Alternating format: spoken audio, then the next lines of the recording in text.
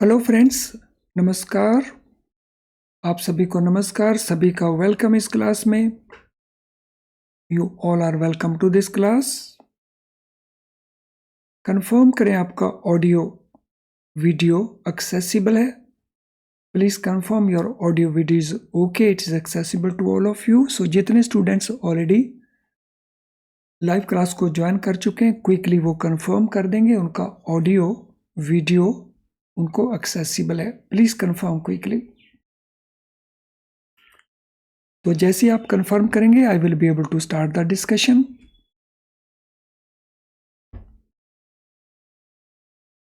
तो चलिए शुरू करते हैं आज का डिस्कशन।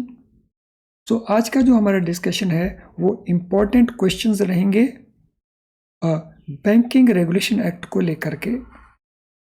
सो ये मॉड्यूल सी के अंदर चैप्टर 22 है आपका, Indian economy and Indian financial system के पेपर के अंदर। तो चलिए शुरू करते हैं डिस्कशन। ये पहला क्वेश्चन आपकी स्क्रीन के ऊपर।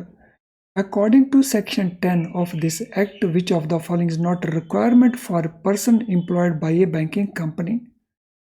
So, बैंकिंग कंपनी के द्वारा अगर किसी पर्सन को एम्प्लॉय किया जाता है तो इनमें से कौन सी रिक्वायरमेंट नहीं बनती? So person can not be managing agent, person can not have been convicted of act of moral turpitude, person can not be director of a subsidiary company of banking company, person cannot be engaged in any other business or vocation।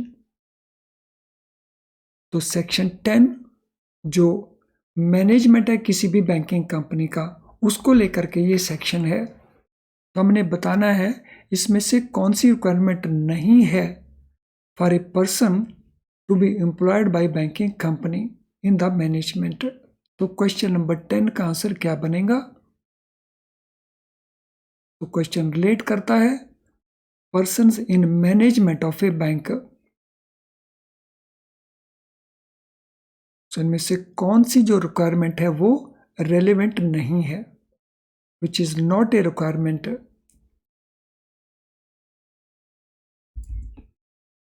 तो ये requirement है सी के ऊपर। सो person can not be director of a subsidiary company of the banking company. तो ऐसी कोई requirement नहीं है। What is minimum percentage of directors are required to have professional or practical experience in matters such as accountancy, economics or law? सो बैंकों का जो board of directors है उसमें मिनिमम कितने परसेंट डायरेक्टर्स होने चाहिए? सो जिनके पास इस प्रकार का एक्सपीरियंस या प्रोफेशनल नॉलेज हो। क्वेश्चन नंबर 2, 51%, 49%, 50% या 60%। तो अगर बैंक का डायरेक्टर बनाना है, अपॉइंट करना है, तो जो भी टोटल डायरेक्टर्स होंगे उनमें कम से कम कितने परसेंट डायरेक्टर के पास इस तरह का प्रोफेशनल या प्रैक्टिकल एक्सपीरियंस होना चाहिए?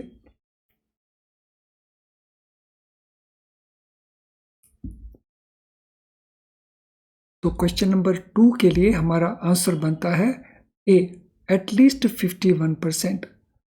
तो किसी भी बैंक के बोर्ड में जो टोटल डायरेक्टर्स होंगे उनमें से कम 51% के पास प्रोफेशनल या प्रैक्टिकल एक्सपीरियंस होना चाहिए in matters like accountancy, economics और law. Who is responsible to manage banking company according to section 10? Section 10 banking regulation act के मुताबिक किसी भी बैंकिंग कंपनी को मैनेज करने का जो रिस्पॉन्सिबिलिटी है वो किसका है? बोर्ड ऑफ डायरेक्टर्स का, रिजर्व बैंक ऑफ इंडिया का, होल टाइम चेयरमैन का या मैनेजिंग एजेंट का? तो ये रिस्पॉन्सिबिलिटी किसका है सेक्शन 10 के मुताबिक बैंकिंग रेगुलेशन एक्ट में?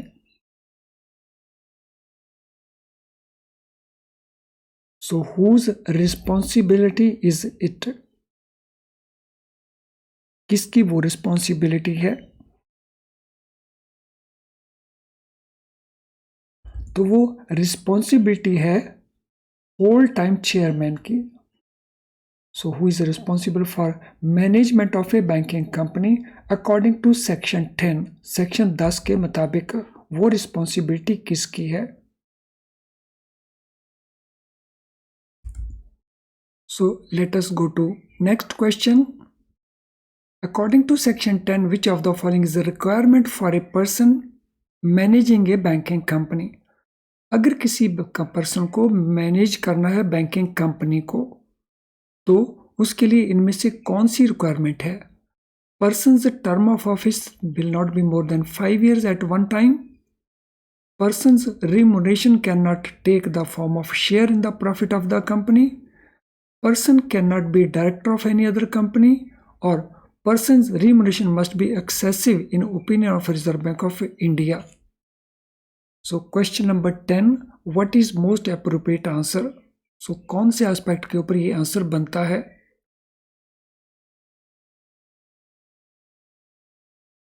Question number 10, Banking Regulation Act. तो answer here is a.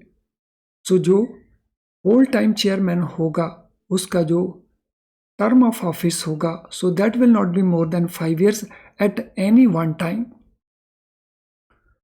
What is prohibited under section 16 about management of a banking company according to Banking Regulation Act? So Banking Regulation Act की जो section 16 है उसमें किस प्रकार का prohibition है? Banking company cannot employ managing agent. Banking company cannot have person as a director who is a director of any other banking company. Banking company cannot have person as a director who has been adjudicated insolvent, or banking company cannot have a person as a director whose remuneration is excessive in the opinion of Reserve Bank of India. तो section 16 में इनमें से कौन सा prohibition है about management of a banking company? Question number 5. So prohibition है इस बात को लेकर के कि banking company can not have a person as a director who is director of some other banking company. यानी एक से ज़्यादा बैंकिंग कंपनीज में एक पर्सन डायरेक्टर नहीं हो सकता. According to section 10, what is requirement for a person's remuneration who is employed by a banking company? Banking company के द्वारा अगर किसी पर्सन को अपॉइंट किया हुआ है, एम्प्लॉय किया है, तो रिम्यूनरेशन को लेकर के सेक्शन 10 में उसका क्या प्रोविजन है? So section 10 banking regulation act का, it must take a form of share in the profits of the company. It must be excessive in opinion of Reserve Bank. It cannot be excessive in opinion of RBI, or it must be paid in commission. So question number 10, what will be the answer for question number 10?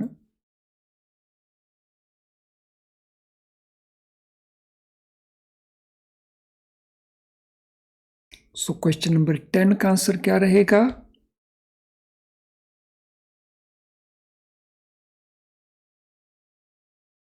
तो answer will be C.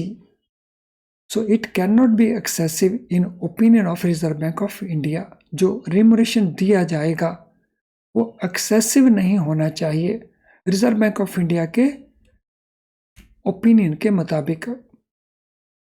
What is minimum aggregate value of banking companies paid up capital and reserves according to section 11 Banking Regulation Act? तो banking company का minimum aggregate value paid up capital और reserves का कितना होना चाहिए? ₹50,000, ₹5 लाख, ₹10 लाख और ₹50 लाख. कम से कम कितना होना चाहिए सेक्शन 11 बैंकिंग रेगुलेशन एक्ट के मुताबिक? So here we are talking about minimum.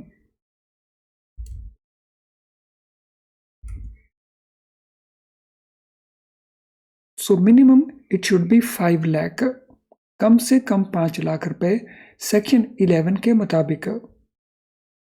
What is minimum percentage of authorized capital that must be subscribed according to section 12? So section 12 banking regulation act के मुताबिक अगर कोई कंपनी पब्लिक इशू करती है तो authorised capital का minimum कितने percent subscribe हुआ होना चाहिए? 10%, 25%, 50% या 75%? सो एक होता है कंपनी का ऑथोराइज्ड कैपिटल और एक होता है उसका सब्सक्राइब्ड अमाउंट। सो सेक्शन 12 इसके बारे में क्या रेगुलेशन इम्पोज करता है? Question number 8, what will be the answer?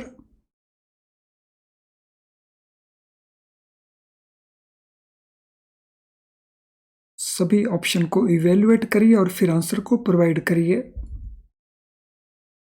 So it is 50%। तो जो ऑथोराइज्ड कैपिटल है उसका 50% सब्सक्राइब्ड होना चाहिए according to section 12 banking regulation act. What is minimum percentage of paid up capital which must be subscribed according to section 12? So minimum percentage कितना होना चाहिए paid up capital का जिसको सब्सक्राइब हुआ होना चाहिए? So 10, 25, 50 और 75?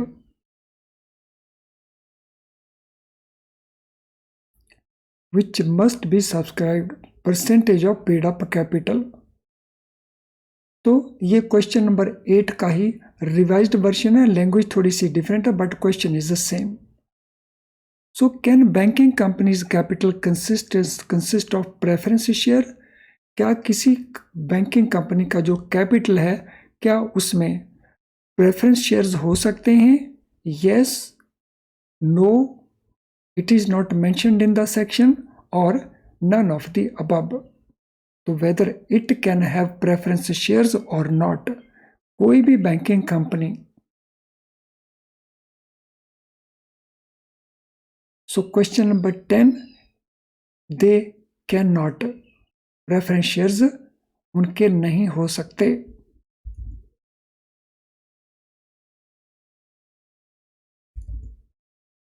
सो दिस ऑल्सो मीन्स कि जो बैंकिंग कंपनी है वो केवल इक्विटी शेयर्स या ऑर्डिनरी शेयर्स ही इशू कर सकते हैं। What is maximum percentage of voting rights that a shareholder can exercise on the poll? So voting के दौरान एक शेयर होल्डर्स मैक्सिमम कितने percent of voting rights exercise कर सकता है, यूज कर सकता है? 5%, 10%, 15% या 20%? सिंगल शेयर होल्डर की हम बात कर रहे हैं।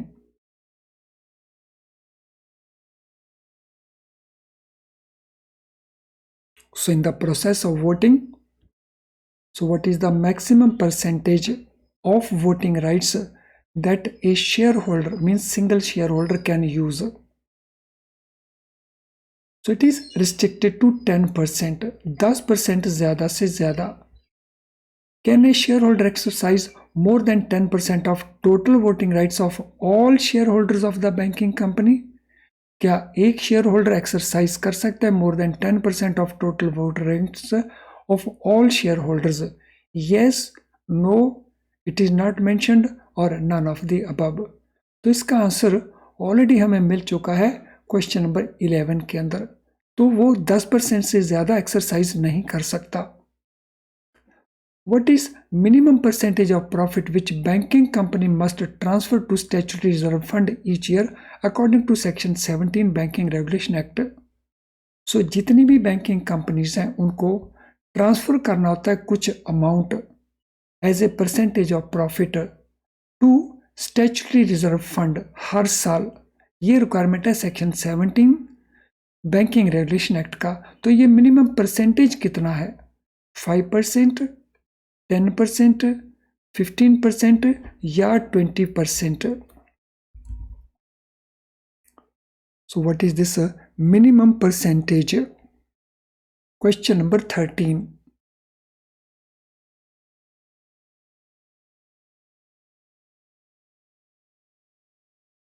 This minimum percentage is 20%. लेकिन आरबी के डायरेक्शन के मुताबिक बिकॉज दिस इज मिनिमम, तो एक्चुअली जो रिजर्व बैंक ऑफ इंडिया का डायरेक्शन है वो 25% का है, ऑल्दो जो सेक्शन 17 है उसमें प्रोविजन 20% का है। When can banking company be allowed to transfer 20% of its profit to statutory reserve fund according to section 17? तो उसके लिए कंडीशन कौन सी है जब बैंकिंग कंपनी को अलाउड नॉट टू ट्रांसफर, तो कौन से वो सर्कमस्टांसेस होंगे जब वो ट्रांसफर ना करे? When reserve fund is equal to paid up capital, when share premium account is equal to paid up capital, when reserve fund and share premium account combined are equal to paid up capital, या when central government approves it। तो वो कौन से circumstances हैं जब allow किया जाएगा banking company को कि अगर वो चाहे तो ये 20% का ट्रांसफर ना करे? Question number 14।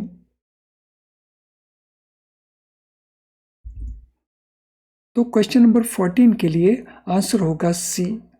सो जब रिजर्व फंड और शेयर प्रीमियम अकाउंट दोनों मिला करके पेड अप इक्विटी कैपिटल के बराबर हों। What is name of the fund which every banking company is required to create according to section 17? So section 17 के मुताबिक हर एक बैंकिंग कंपनी को जो फंड क्रिएट करना होगा उसका नाम क्या रहेगा? Reserve bank fund, capital reserve fund, statutory reserve fund या शेयर प्रीमियम फंड? तो कौन सा फंड क्रिएट करना होगा सेक्शन 17 के मुताबिक, उसका नाम क्या होगा? That is the question.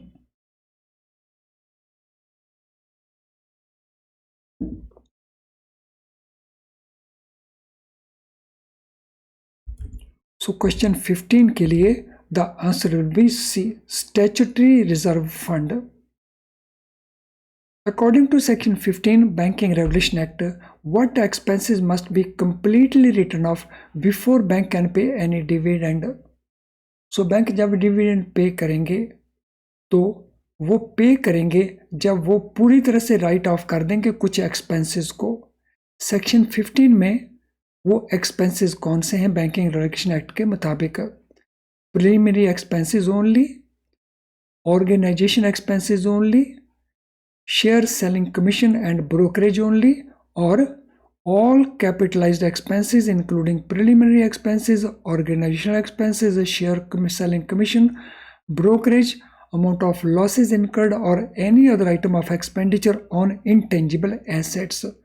तो सेक्शन 15 के मुताबिक हमारा आंसर क्या होगा क्वेश्चन नंबर 16 के लिए?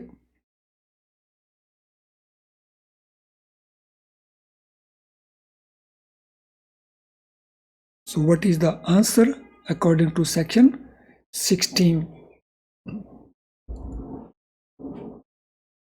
तो आंसर हियर इज डी, यानी ये सारे के सारे एक्सपेंसेस ऐसे हैं जो डिविडेंड पे करने से पहले बैंक के द्वारा कंप्लीटली राइट ऑफ कर दिए जाएं, यानी बैंक की बुक्स के अंदर एसेट साइड में ये एक्सपेंसेस नजर आने नहीं चाहिए। When can reserve fund be used by banking company according to section 17? जो स्टैट्यूटरी रिजर्व क्रिएट किया गया उसको बैंक कब यूज कर सकते हैं according to section 17 banking regulation act? When it is equal to paid up capital, when it is greater than paid up capital, when it is less than paid up capital, or These cannot be used for any other purpose। इनको किसी और purpose के लिए use नहीं किया जा सकता।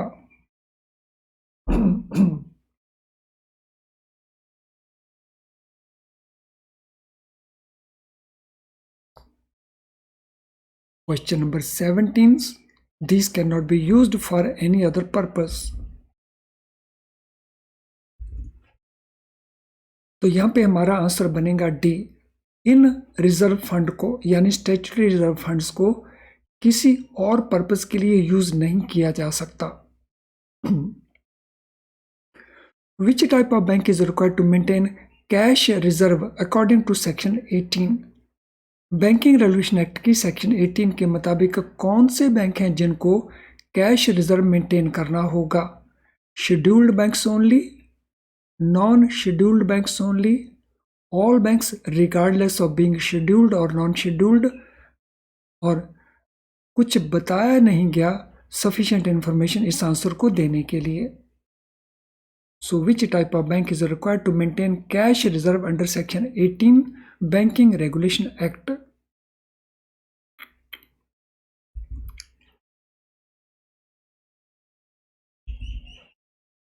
Question 18, what will be the answer? तो आंसर रहेगा यहाँ पे नॉन शेड्यूल्ड बैंक्स. सो जो कैश रिजर्व से रिलेटेड डायरेक्शंस हैं नॉन शेड्यूल्ड बैंक्स के लिए वो सेक्शन 18 में है, लेकिन जो शेड्यूल्ड बैंक्स हैं उनके लिए सेक्शन 42 के अंदर हैं. What must a banking company do if it uses any amount of reserve fund or share premium account according to section 17? अगर कोई बैंकिंग कंपनी यूज कर लेती है रिजर्व फंड का या शेयर प्रीमियम अकाउंट का पैसा सेक्शन 17 के मुताबिक, उसको क्या करना होगा? Report fact to central government, report fact to RBI within 7 days, report fact to RBI within 21 days explaining the circumstances, or it does not require any reporting. Question number 19. So what shall be the answer for question number 19?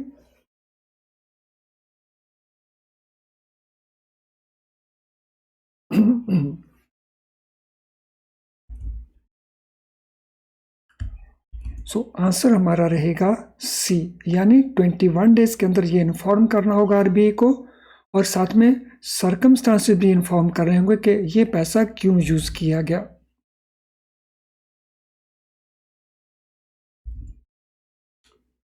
Under what circumstances can a banking company establish a subsidiary company to carry on business of banking exclusively outside India? अगर किसी banking company ने एक subsidiary company establish करनी है outside India, तो वो circumstances क्या क्या हो सकते हैं? With approval of RBI, without approval of RBI, with prior approval of central government, और नन ऑफ दीज. तो इनमें से क्या चाहिए होगा अगर किसी बैंकिंग कंपनी ने एक बैंकिंग बिजनेस करने के लिए आउटसाइड इंडिया सब्सिडी सेटअप करना है? Question number 20.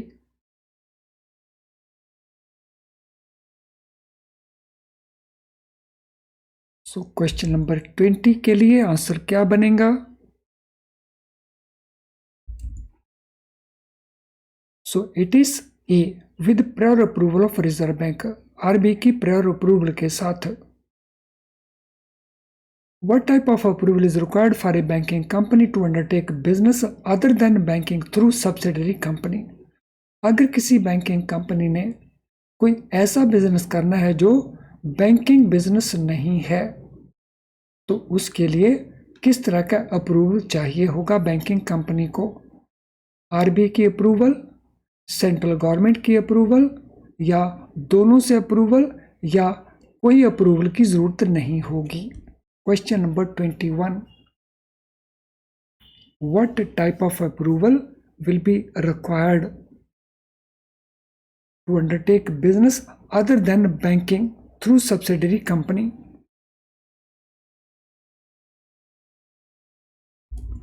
So for this purpose, permission from central government shall be required. तो सेंट्रल गवर्नमेंट की परमिशन चाहिए होगी अगर वो business other than banking business है. लेकिन अगर वो बैंकिंग बिजनेस है तो उस केस में अभी हमने क्वेश्चन नंबर 20 में नोट किया था, RBI approval will be required. According to section 19, can a banking company form a subsidiary company without any restriction? So section 19 banking regulation act में प्रोविजन है कि सब्सिडरी कंपनी को इस्टेब्लिश करने का. तो क्या विदाउट एनी रिस्ट्रिक्शन ये subsidiary company establish हो सकती है? Yes, no, it can only form a subsidiary company for certain purpose. No, it cannot form subsidiary company under any circumstances, or none of these. Question number 22.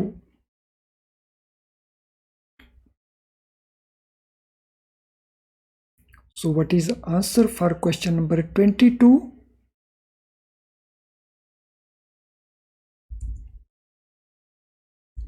तो answer हमारा बनेगा B, no it can not form subsidiary company for certain purpose. कुछ ऐसे purposes हैं जिनके लिए वो subsidiary company form नहीं कर सकते। According to section 20, which of the following is not allowed for a banking company? So Banking Regulation Act के मुताबिक सेक्शन 20 में कौन कौन से वो एक्टिविटीज़ हैं जो बैंकिंग कंपनी नहीं कर सकती? Granting loans on security of their own shares, entering into commitments for granting loan to its directors, entering into commitments for granting loans to firms where its directors are partners, granting loans to individual in which its directors are guarantors। तो section 20 इनमें से किस प्रकार की restriction लगाता है? A B C D में से क्वेश्चन नंबर 23।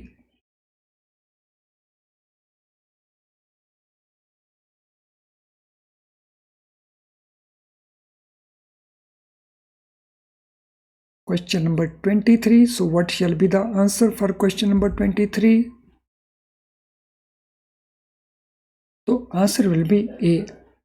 सो अपने ही शेयर्स के अगेंस्ट कोई बैंकिंग कंपनी लोन नहीं दे सकती। So this is the restriction under section 20। According to section 20, banking company cannot enter into any commitment for granting loans or advances to any individual in respect of whom any of its director is a guarantor, any of its directors is a partner, any of its directors is interested as a director in the company, or any of its directors is interested as a guarantor in a company। तो section 20 का ये restriction किस तरह का है? तो कोई भी बैंकिंग कंपनी कमिटमेंट नहीं कर सकती granting loan to any individual, तो अगर वो इंडिविजुअल इनमें से किसी तरह से इन्वॉल्व है। Question number 24। तो what is answer for question number 24?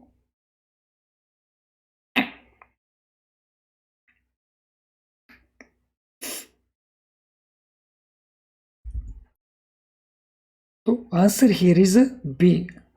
सो अगर इसका कोई डायरेक्टर पार्टनर है।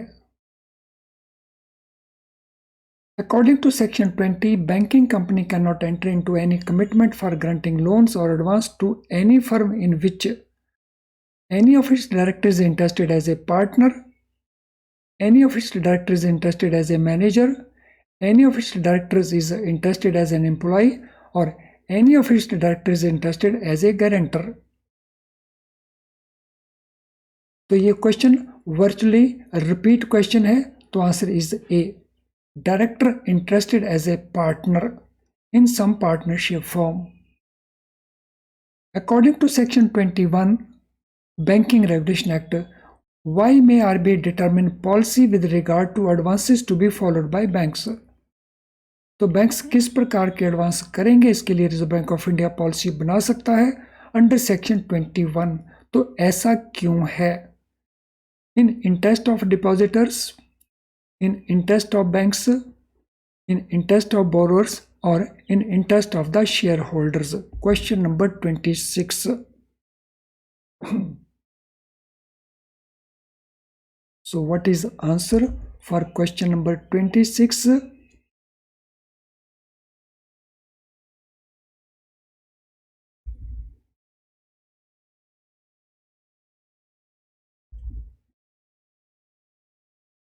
सो क्वेश्चन 26 का आंसर रहेगा ए, जो डिपॉजिटर्स हैं उनके हित में।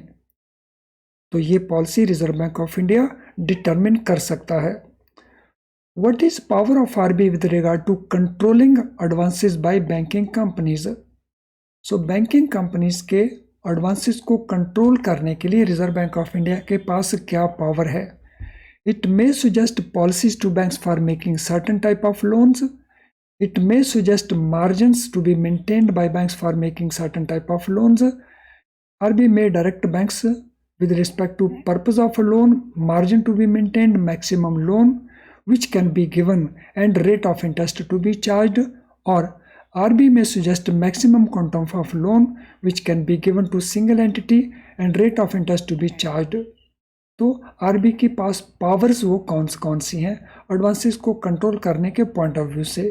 question number 27 and this is last question.